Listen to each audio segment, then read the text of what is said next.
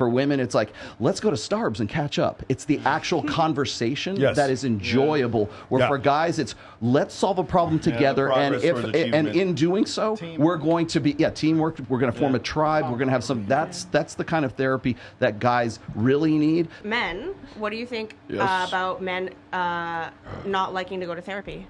Well, so the problem is what's happened to therapy.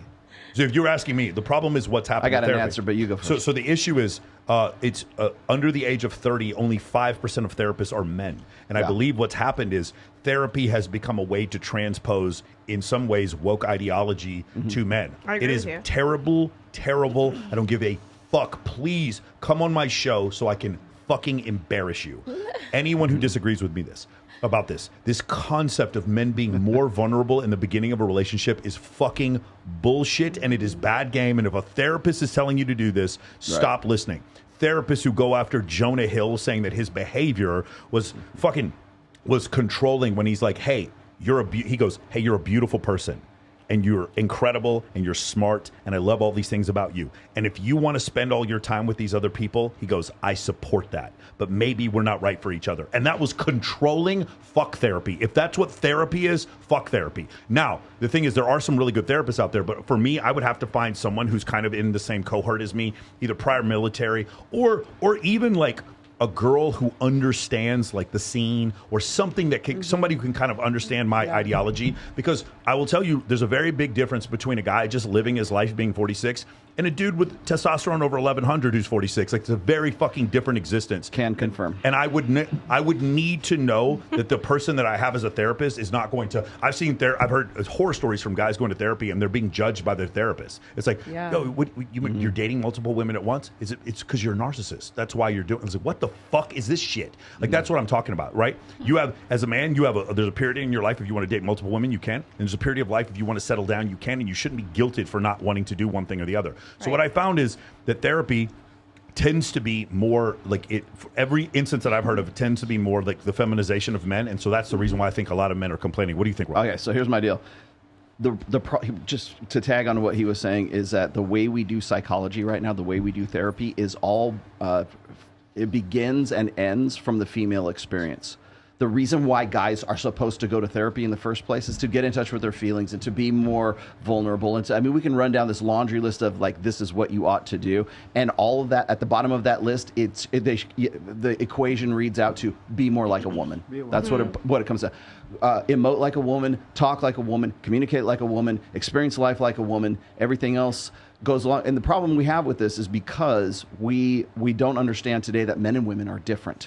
And we are fundamentally, biologically, neurologically, endocrinology, in so many different ways, right down to the cellular level. Men and women are different. Our brains are, and I can show you the fMRI studies of these.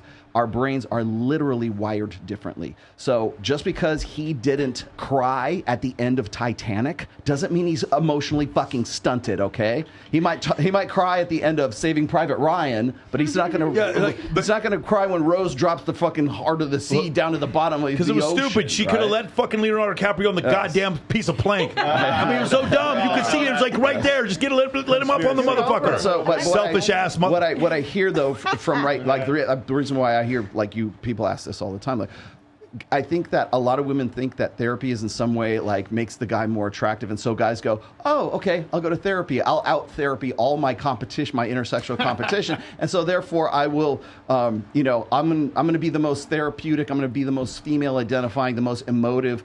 And the problem with that is men, when they get into that state, it feels unnatural to them. So when women talk with other women and communicate with other women, they are doing so from the female experience. And the problem is we still think in terms of blank slate. We think men and women are just the same. So what works for a woman in our wonderfully correct female society and female correctness should theoretically work for a guy. Men, and then guys are just like, screw it, I'm going to go gun down, I'm going to express myself with an AK-47, right? Yeah. That's pretty much what it comes down to. He's expressing his emotions, it's just with an assault weapon. So what does male therapy look like? I think male therapy. I think male therapy is called being a performance coach. The squat rack is what it looks like for sure. Yeah.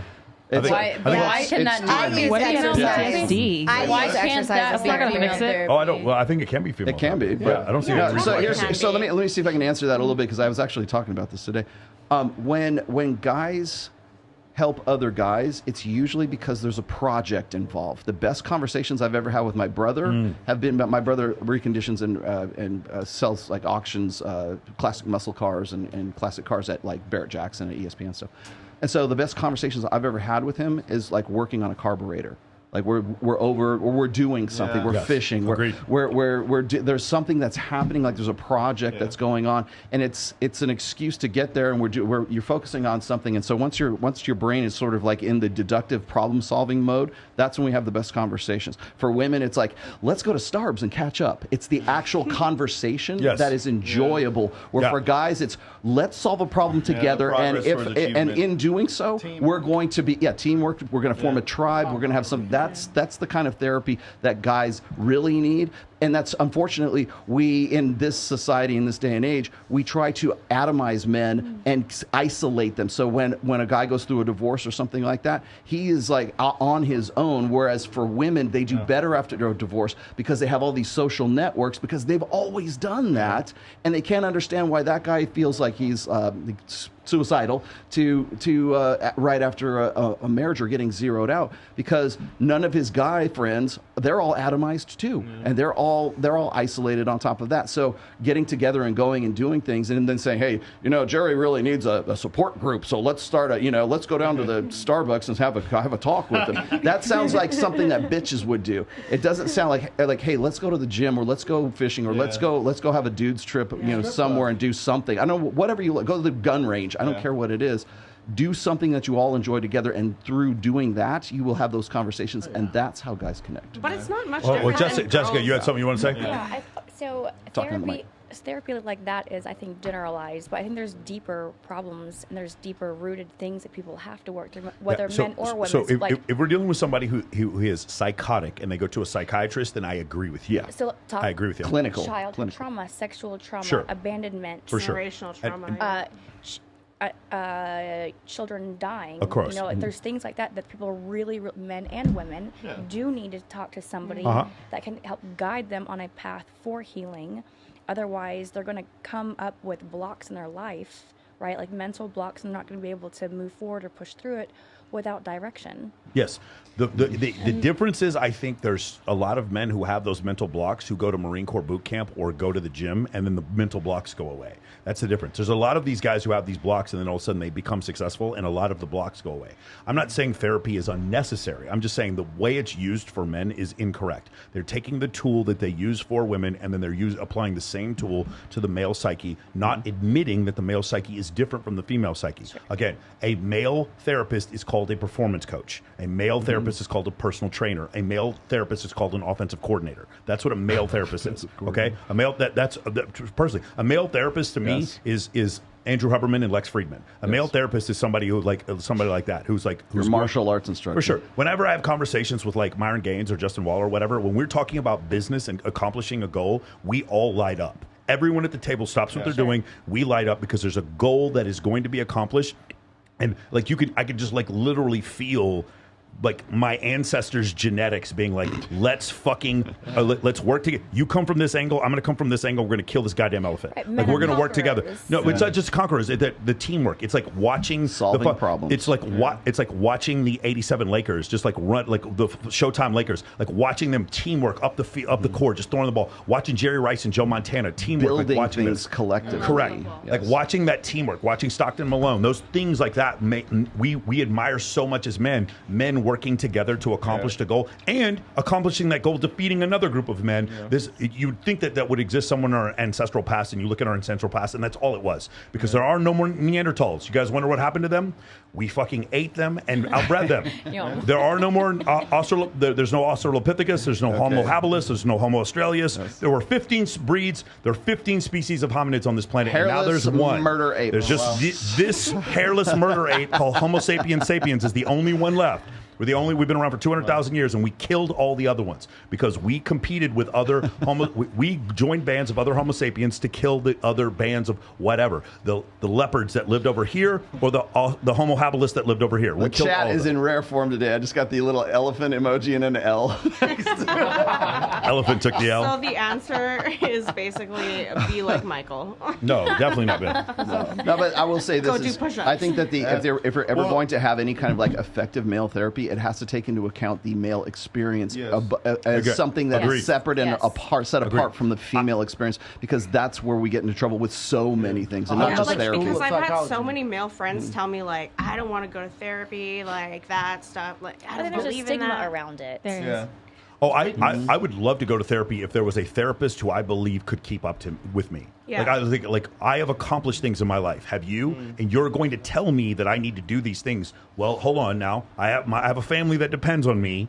Are you sure when you say these things that what I'm doing is unhealthy? Tom Sosnoff is one of the most successful guys I know. The guy's a billionaire. He's like, you know what vacation is? I don't. I haven't taken one in 25 years. Yeah. I work 7 days a week and I fucking love it. I don't ever not want to work, and I have billions of dollars and my family is set up for life and I'm happier than shit.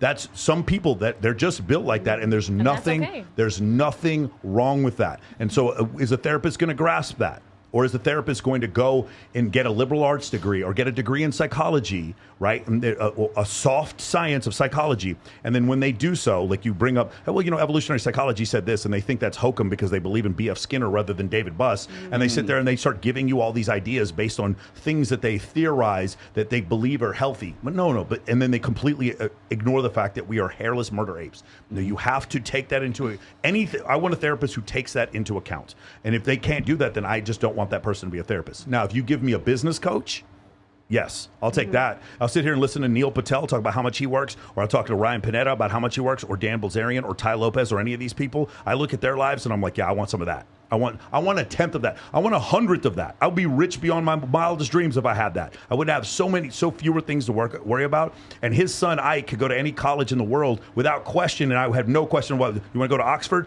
and then go get a PhD from Harvard. I'll pay for it, no problem whatsoever. That's the life I want. And so when that's the case, that's no therapist is going to tell me that's unhealthy. That's my issue.